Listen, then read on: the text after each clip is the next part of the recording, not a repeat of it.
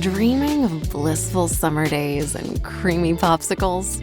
Capture sun-drenched memories with the Orange Vanilla Dream Hydration Multiplier from Liquid IV. Just one stick and 16 ounces of water can help hydrate you better than water alone. Live your summer dream with Liquid IV. Tear, pour, live more. Go to liquidiv.com and get 20% off your first order with code INDULGE20 at checkout.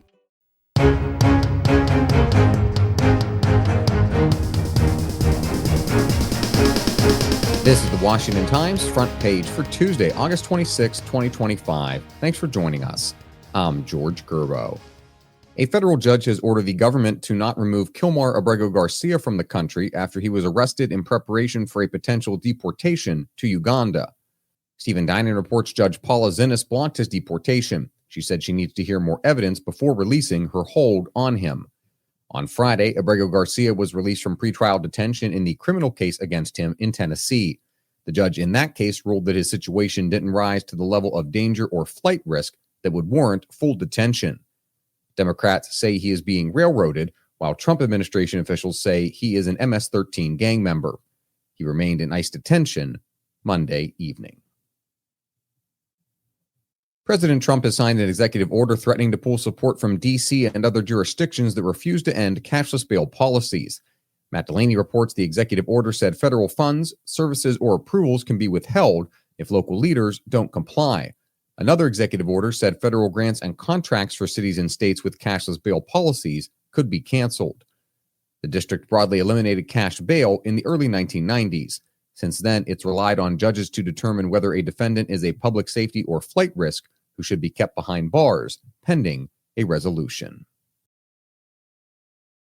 After a meeting at the White House, President Trump said the U.S. trade deal with South Korea will remain in place with 15% tariffs on South Korean goods. Jeff Murdoch reports the two sides reached an agreement late July on the 15% tariff rate, allowing South Korea to avoid the 25% rate that Trump initially proposed.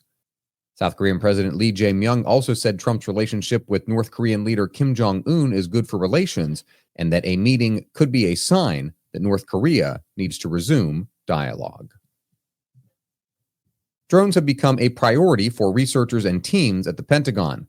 Mike Glenn reports the Navy wants maritime drones for fleet operations and continued experimentation to advance robotic maritime strategies and tactics.